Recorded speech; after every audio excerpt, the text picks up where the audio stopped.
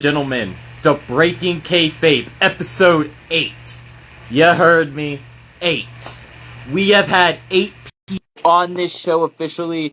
This will be our 8th guest, and I am excited. I have been trying to set up a meeting with this man for some time, and this is gonna be awesome.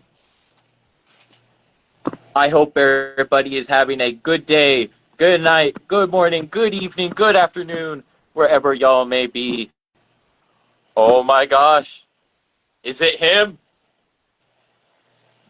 Ladies and gentlemen. Hello, sir.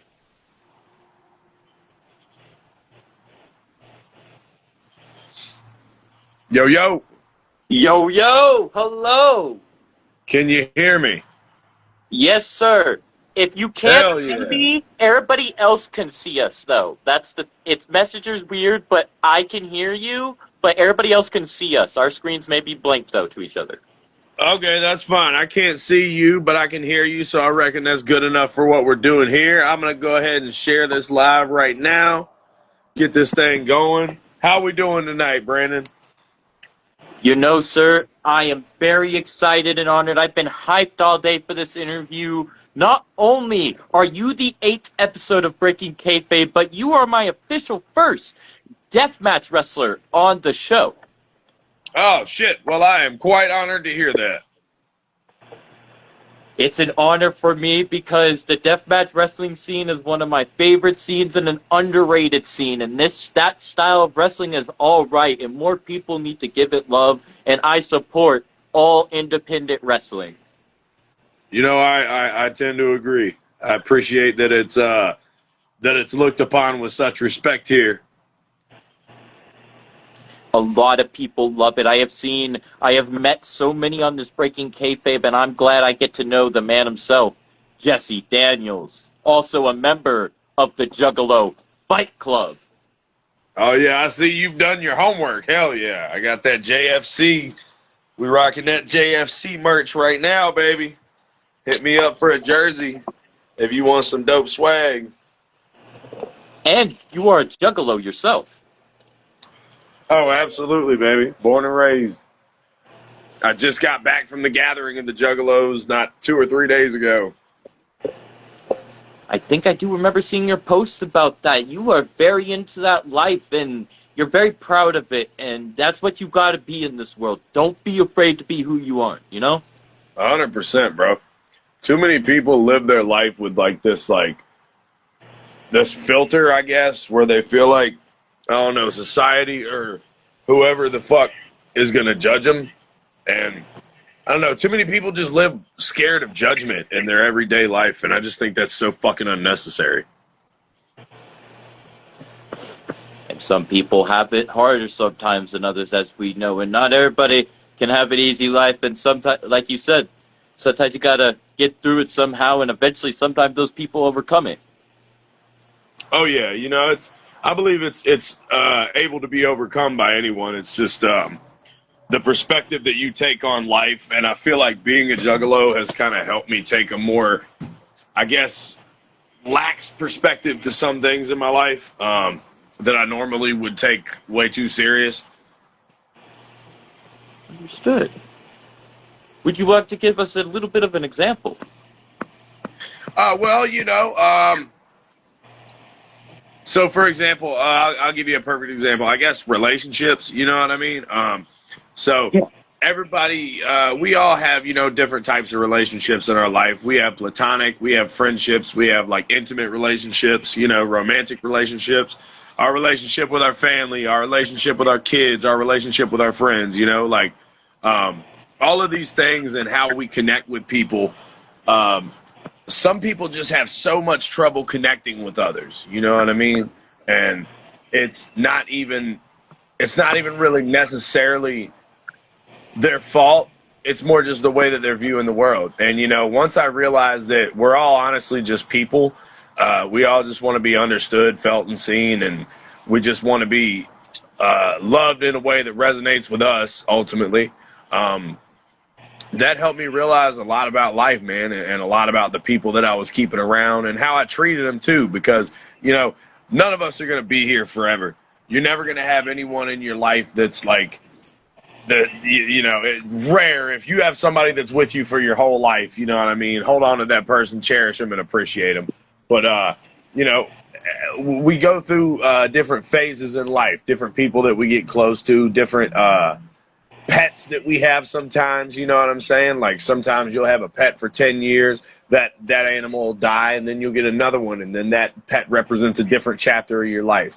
I think, honestly, being a part of that community has taught me to just appreciate the relationships that I have with people no matter what they are, whether they be platonic, romantic, whatever the fuck. I can't see any comments coming through here, so if there are, you're going to have to read them off to me. Of course, and I can also tell you who has joined. When they do, most definitely. Sometimes it will speed up as we go on. I know that there's one person that like you and me talked with this person, Mr. Joshua Allen. He, wants to be here, so he should be here at some point. Okay, TBW boss man. Yes, he actually lost his GM spot to, if you did not see that a while back, like before the season ended. Oh, I did not. I'm going to be honest. I am the most horrible watcher of wrestling in the fucking world. No judgment here. I've maybe been watching a little JCW for the past few months, but like it's so hard for me to keep up with like Monday Night Raw or really anything, man. There's just so much wrestling out there to consume. And you do a sport, not just a regular pro wrestling. You also do deathmatch wrestling, where I imagine that sometimes you even wrestle probably even a few times a day. I have before on an occasion or two. I don't really fucking like to because it hurts, but I'll do it if the money's there. Most indeed, most indeed. What inspired you to become a pro wrestler? Oh man, so initially I never really planned on it, to be totally honest with you. So I was a rapper like 10, 15 years ago, right? I want to, in much par with the story, I wanted to be a fucking juggalo rapper when I was in high school, right? Okay. Which you can imagine how well that went over with all of my girlfriends' moms. So the bad boy. Yeah, so that was basically kind of the reputation that I was used to having for most of my life. So I full dived into music, and I thought that was my thing that I really wanted to do. And there was a local wrestling promotion in my town called GXW, Ground Zero Wrestling, and there was this dude there named Ethan Cross that did this gimmick. Like he wrestled on parole as like a fucking convict, you know what I mean? Like that was his work release, you know what I'm saying? Yeah. So he basically hit me up and was like, yo, I need some entrance music made. So I cooked him up something. It was like some fucking rap metal shit. Like I think I sampled a Disturbed song or something. But I cooked it up for him and he liked it. And he was like, hey man, why don't you come down to the school, talk to the boss, and like maybe we'll talk about getting you to perform this at fucking halftime or something. Because there was a big show coming up at the local county fair. It was like, probably going to be at least 1,000 people. So I was like, fuck yeah, this is a great opportunity. Now, of course, at the time, I'm like maybe 16 years old. I was a youngin', super young buck. So I didn't have like, if I was going to be involved with any kind of wrestling training or anything, my parents would have had to fucking fill out paperwork for it, which we did, and we got to that point. But initially, I was just coming down there thinking I was going to do a rap thing. Well, then on the way down there, he tells me that he needs a parole officer, like manager, for his fucking gimmick. And I'm like, word? And in the back of my mind, I'm like, dog, I'm a rapper. How the fuck am I going to be a cop? You know what I'm saying? Like, how am I going to repackage myself as something I'm not that's not believable? You know what I'm saying?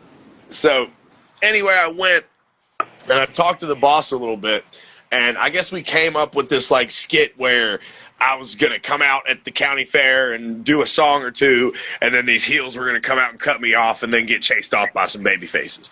I believe that's what we had come up to.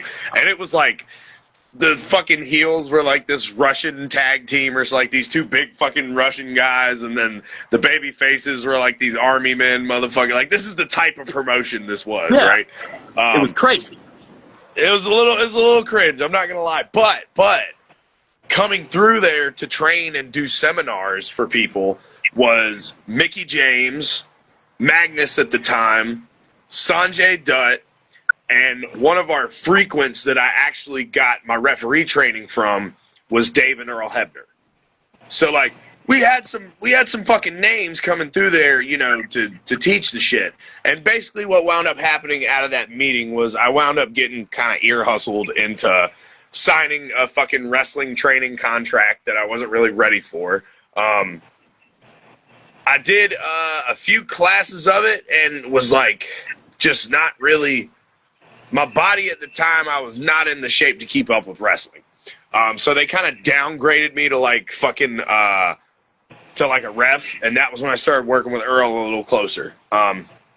So I did a little bit of work with Earl, got to a certain point where I could, you know, comfortably do little ref spots on shows, and that's when they started letting me come in and do like fucking, like there was an invasion angle one night and I came out and got to fucking be a part of that and help set up this scene where they destroyed a fucking wedding and just little stuff, you know, kind of just breaking me in, letting me be a part of the show in different ways.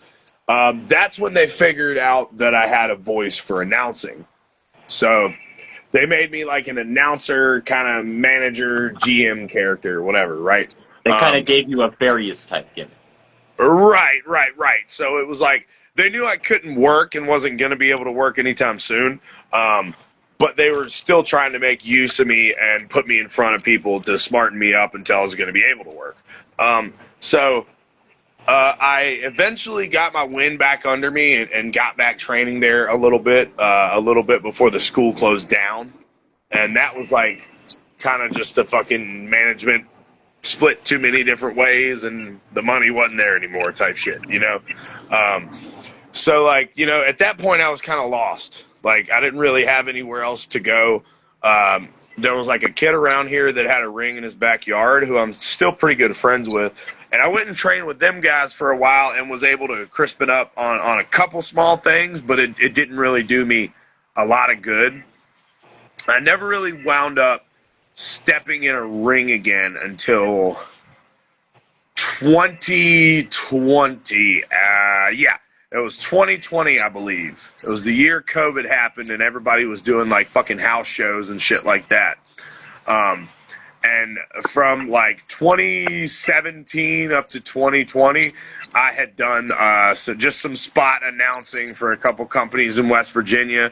I did a little bit of training where I could, but I realized that I wasn't ever really put to the point where I was able to fucking wrestle. So in 2020, I decided to buckle down again. I got a ring in my backyard and started training with some local guys around here. I just have them come and fucking help me out and you know, kind of do my thing and get to where I could fucking work again. Had a couple backyard matches. Some of them were the shit. Then I went to Detroit and had a battle royal for Extreme Intense Championship Wrestling. And that was really my moment where I was like, okay, if you're going to be taking bookings, you need to like do this and do it at a level where you're not embarrassing yourself or the business. So I just kept at it, man. I kept training every opportunity I could, started getting better, getting to wrestle bigger names. And then here now, at the end of this year, I'm going to be graduating from Jimmy Valiant's Boogie's Wrestling Camp, the WWE Hall of Famer.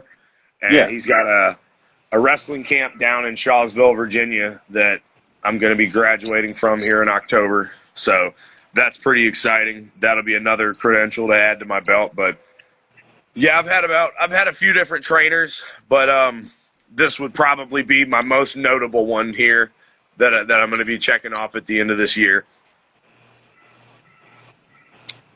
What about your other trainers?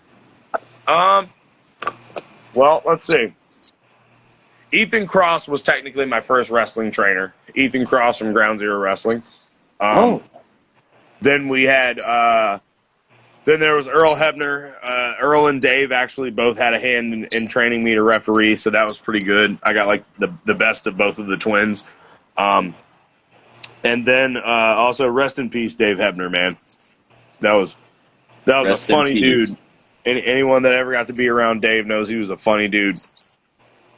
And then I can attribute some of my training to my buddy Jason Ferrier. He's definitely helped me sharpen up a lot of things, and is always a good mentor, a good grounding person. If I ever have a question about anything in the business that's kind of stumbling and befudding me that I've never dealt with before, he's always somebody that I can call and come to. So I look at him as a mentor, definitely. How did you develop your unique style blending pro wrestling and deathmatch wrestling? Well, so I blame West Virginia and Michigan for that. So like in 2018, when I went out to start announcing in West Virginia, there was this company called Superior Championship Wrestling, and they had a show at this festival called the White Trash Bash. Oh. And I remember watching these two guys have a glass for your ass death match.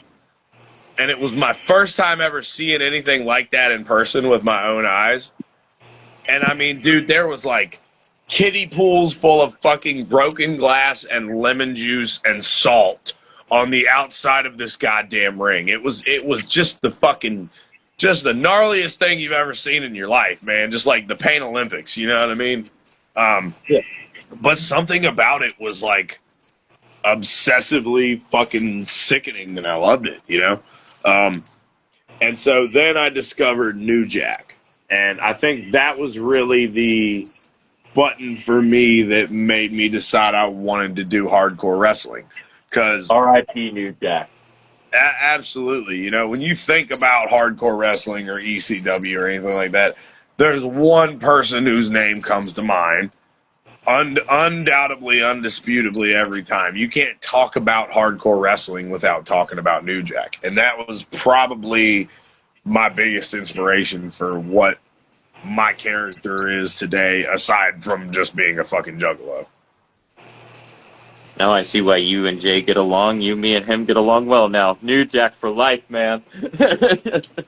Mm-hmm. Jay, who are you talking about? Oh, Mr. Bossman from TBW. Oh, yeah, Josh Allen. Hell yeah. Yeah, he's a fan of New Jack as well.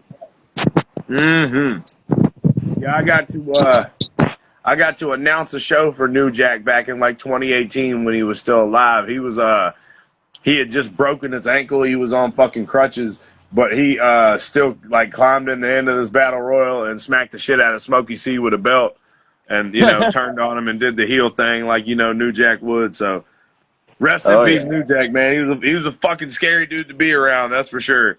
I was only around him that one time, and I was like, man, you definitely live up to the hype. Oh, most definitely. Would not want to mess with him. No. Even on crutches, he is not a dude you want to make eye contact with for too long. Okay, just be real, man. Go up to Mustafa. He'll have a staring contest with you with those eyes. Yeah, Mustafa will stare you down and then smoke a blunt full of pencil shavings with you.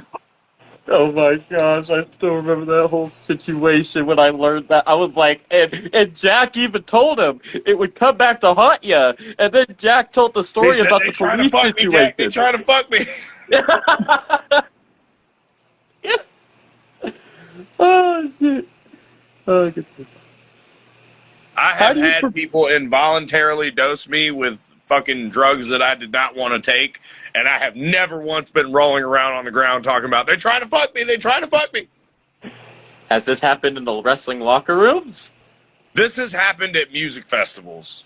I had, I won't disclose when this happened, but I was walking down the walking down the hill at a festival one day, and I had a gentleman ask me to open my mouth, and he had in his hand what looked like an airplane shooter vodka bottle. That's what I thought it was. And it turned out to not be what it was, because this man squirted the equivalent of what was about 20 hits of acid in my mouth. And the next 14 hours were an adventure, to say the least. And I was very lucky to be around good, healthy, happy people. But at no point during that 14 hours was I ever rolling around on the ground talking about, they trying to fuck me, guys, they trying to fuck me. At no point during that experience did I ever do something like that. But I also don't smoke fucking pencil shavings either, so. Yeah, when you smoke something, it goes to your brain and makes you do weird things. That's why we only smoke good weed over here. Facts. If we allow that good weed here, we are a weed smoking environment. Hell yeah, breaking kayfabe sounds like my kind of environment. Oh, I'm glad that you're here. Like I said, you're my first deathmatch wrestler, and I hope you're excited as we go over not only questions, but I also got down some of your matches, a good amount of them from YouTube. How do you prepare for a match physically? What? Sorry? Oh, I just said good shit. What was your question? How do I prepare for a match? Physically and mentally. Marijuana and stretching. You do that DDP or RBV yoga? That DDP yoga is the truth, dog. Shout out to Nathan Mowry for giving me a tour of the DDP yoga studio, because that motherfucking place it changes lives, dog. I'm telling you. DDP yoga will keep you flexible and mobile long after you are not meant to be anymore. And Nathan Mowry, if nobody knows, he is also a fellow pro wrestler. Great work, and I would imagine that you guys have also had your fair share of battles. What I've seen, he came at you in TCW, I believe? Yes. We wrestled in Atlanta at TCW one time, and we crossed paths again during a cage match in some kind of biker rally in Georgia. He actually broke my rib that day. Ooh. How was that? We did a table spot on the ground like dipshits, and fucking that's pretty much how he gave me a DVD on the ground through a table and just like landed on his shoulder, like landed on my rib a weird way, but it was on the fucking ground, you know what I mean? There was no give like it would have been if we did it in the ring. Yeah. But shit like that happens, occupational hazard. Oh yeah, and you go through death matches. No easy task. Yeah, no, it fucking hurts, but I mean, you know, there's money to be made, and if my body's able to get it, I'm gonna go get it. You know what I'm saying? Most definitely. And our first person has joined us, Mr. Chris Cleve, the Mighty. Welcome, sir. The Mighty Chris. And by the way, shout out to him. He's the one that made that poster. Hell yeah, dog. It's a dope poster. I appreciate it. So, while we got some people in here now, I'd actually like to talk about something real quick. Go for it. If you'll give me just a second. Anything you'd like to talk about, this is your interview. Sweet, man. So, anybody that's ever like been to my public page, you'll see that I'm pretty involved in crypto trading and crypto investing and stuff like that. So I've got a group that's actually kind of sponsoring me right now, and they're helping me out a little bit with some of my projects, and we want to kind of try to give back to some of the community and teach people about crypto, because I feel like education is really the most important thing with stuff like this. Is like a lot of people perceive cryptocurrency as a scam, you know, but realistically, if you do your research, there's people that are making life-changing fucking amounts of money overnight by just having the right plays. So basically what I'm going to do is anybody that tunes into this interview, if you hear this message, hit me up, send me a direct message, and I'm going to instruct you on how to set up a wallet. I don't need the password to your wallet. I don't need anything about, you know, to do with that. I am going to send you some free money. And this goes for you too, Brandon. You can hit me up after this interview and we'll get it set up. But I have been blessed with a little bit of cash to send out and try to get us some new holders for this token that we've started.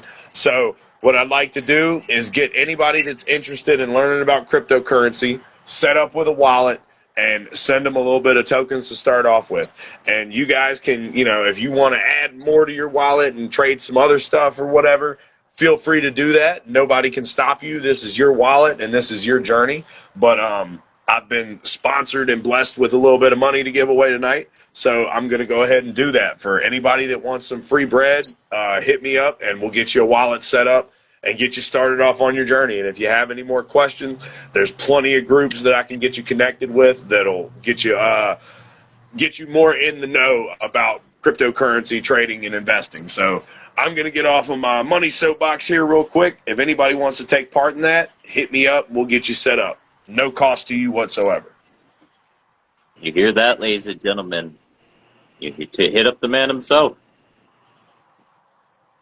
And what's your sponsor's name? Do you want to shout him out? Oh, absolutely, man. So my peoples on the Spud token over on the Abstract Network have been putting in a whole lot of work. It's Spud the Alien on Twitter. You can go follow Spud the Alien and check him out. Follow the Abstract Network on Twitter. So basically, we all know about, Bitcoin and Ethereum and all that shit, like the basic currencies that people trade. Bitcoin, Ethereum, and Solana are like the three big ones. So Abstract is basically another version of Ethereum. It's a more condensed version with its own network of tokens that gets launched on it. So, originally when the first Dogecoin came out, I'm pretty sure people bought that on Ethereum. So basically there's a bunch of tokens being launched on Abstract Ethereum that you can buy into and hopefully multiply your gains. You know what I mean? And Spud just happens to be one of those tokens floating around out here on Abstract.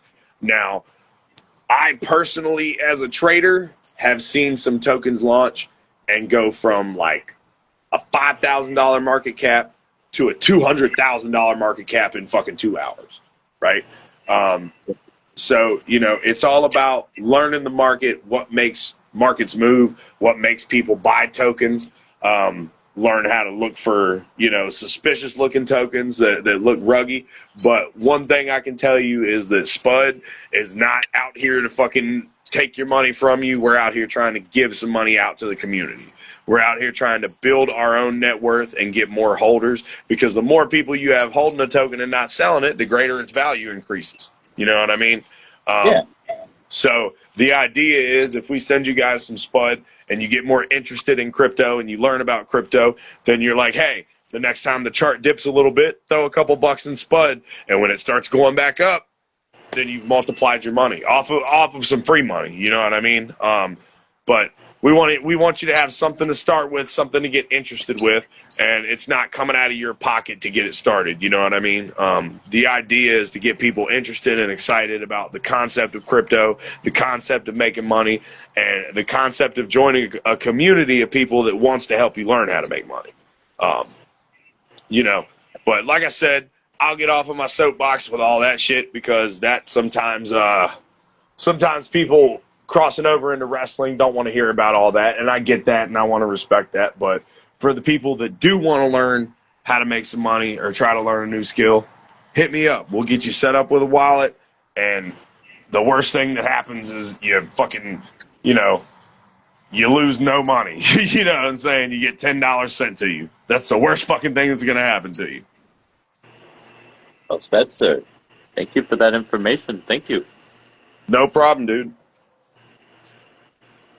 What's your approach to creating and engaging in intense matches? Oh, man, that's actually a really good question. So one of the things I feel like a lot of people don't think about enough, right, in wrestling is the structure of your match, but not only that, how you get people involved and to care about what you do. So a lot of times in deathmatch wrestling, you'll get, you'll watch this shit and you'll see people chanting, both these guys, Because a lot of times those fans just want to see motherfuckers kill each other. They know, they don't care. They don't care who's a heel, who's a baby face, or none of that shit. And that's a common thing. I feel like that got deathmatch wrestling a lot of heat. Was everybody wanted to have that respectful match where we wanted to cheer for both guys because they're just out here giving it their all. And there's nothing wrong with having a match like that I feel like is properly built to. You know what I mean? Where like you don't. It's still a good match because you don't know who you want to see win. It's like both these guys. And that's kind of what AEW is built off of.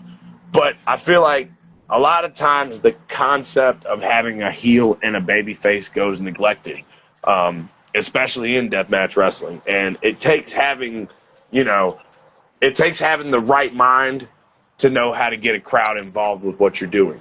And I'm not going to, completely break kayfabe here and spill every secret of the business, but, like, imagine, right, if me and you are hanging out in a fucking, hanging out in a hotel room, right? And one of our homeboys runs in there and goes, yo, there's a fucking car on fire outside.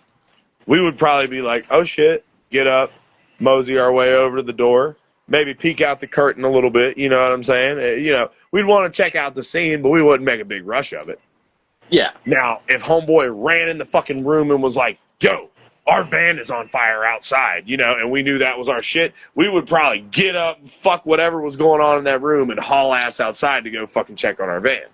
So your job as a wrestler is to emotionally make this audience feel like their car is on fire outside.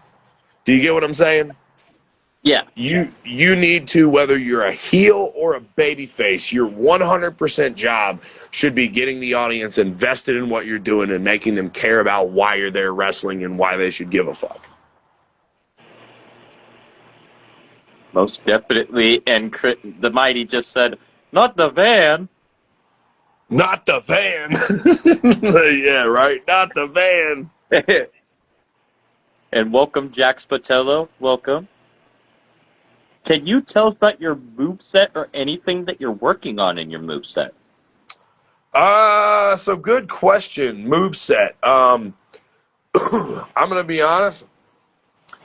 I have a couple things that I like to do, you know what I mean? A couple spots that I enjoy. I'm probably not going to talk, I'm not, like I said, I'm not going to spill my whole arsenal of shit here. But if you want what you feel is right. I will not push you on anything. You tell me what you feel. This is your interview, sir. Right. No, like I said, I've got a couple things that I do, pretty much every match that some people can pick out. Like I definitely, I like breaking out my bulldog. I like doing my fucking necro butcher violence party. That's always my shit. You know what I mean? And you like light tubes. Yeah. I swear, a lot of these freaking matches I have listed, dude, you have a light tube. like is a very strong word, but yeah, I guess you could say I know how to tolerate light tubes. A couple weeks ago, I had a light tube fuck my hand up really bad, and it actually put me out for like 2 or 3 weeks. I had to let this big ass hole in my hand heal up, but thankfully my partner is really savvy with medical stuff and had a bunch of stuff, and I was able to just kind of clean myself, clean You're myself talking about your Juggalo Fight Club partner. Huh? You're talking about your Juggalo Fight Club partner, yeah? I'm talking about my life partner, relationship partner. My tag team partner is also very savvy as well. He happens to handle a good majority of our merchandise, and I do mostly the jerseys and T-shirts and stuff like that, but all of our stickers, charms, chains, necklaces, all that's my tag partner, Dirty. And I wanted to have him on here tonight, but I'm not quite sure if he's going to be available to make it in.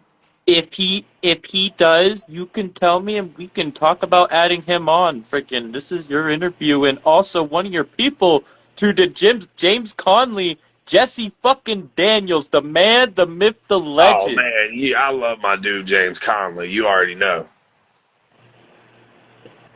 Already know I love Parking Man James. Catch Parking Man James live doing his Parking Man thing. Live at POR Wrestling on August 31st. Want to tell us about what you have going August 31st? Oh man, so I got 3 big dates coming up for you guys in the next couple weeks. On August Ooh. 30th, I'm wrestling at CCWA in Richmond, Virginia at the Westover Hills Church. Um, we're doing me and MF and Dirty are in a tag match against the Stunners for the CCWA tag titles. So that's going to be interesting. Nice family show. Come on out, hang out, and enjoy the day. Then the very next day, we're going to be at POR up in, I believe, Windsor, Virginia this time. But it's going to be quite the event, and I don't expect anybody that loves anything about deathmatch wrestling to miss this POR show coming up here on the 31st. And then September 6th, I just dropped the flyer for this tonight on my Facebook, on my story. You can go check it out. I'm going to be entering in CZW Tournament of Death's Tarp of Death this year. The Let's Tarp of Death go! Invitational.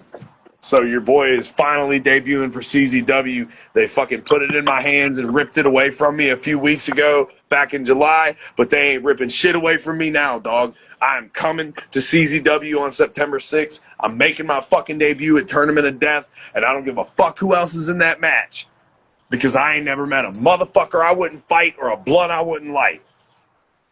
So y'all can come see me that day at CZW Tournament of Death, because I'm taking that motherfucking Tarp of Death trophy home. I And don't even know if it is a trophy, to be honest with you. That was just come straight off the fucking dick. But whatever the fuck we're fighting for, I'm winning it, and I'm taking it home, goddammit. and there's one more person I believe you said you wanted to talk to on here.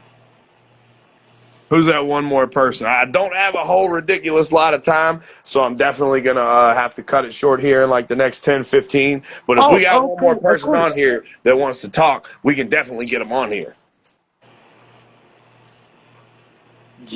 So, from your buddy James, bro, Jesse, going to be the next POR world champion. He going to fuck up shotgun once he does cash in the job. Will be done and be dominant world champion. Love you, Jesse. Give them hell on the 31st.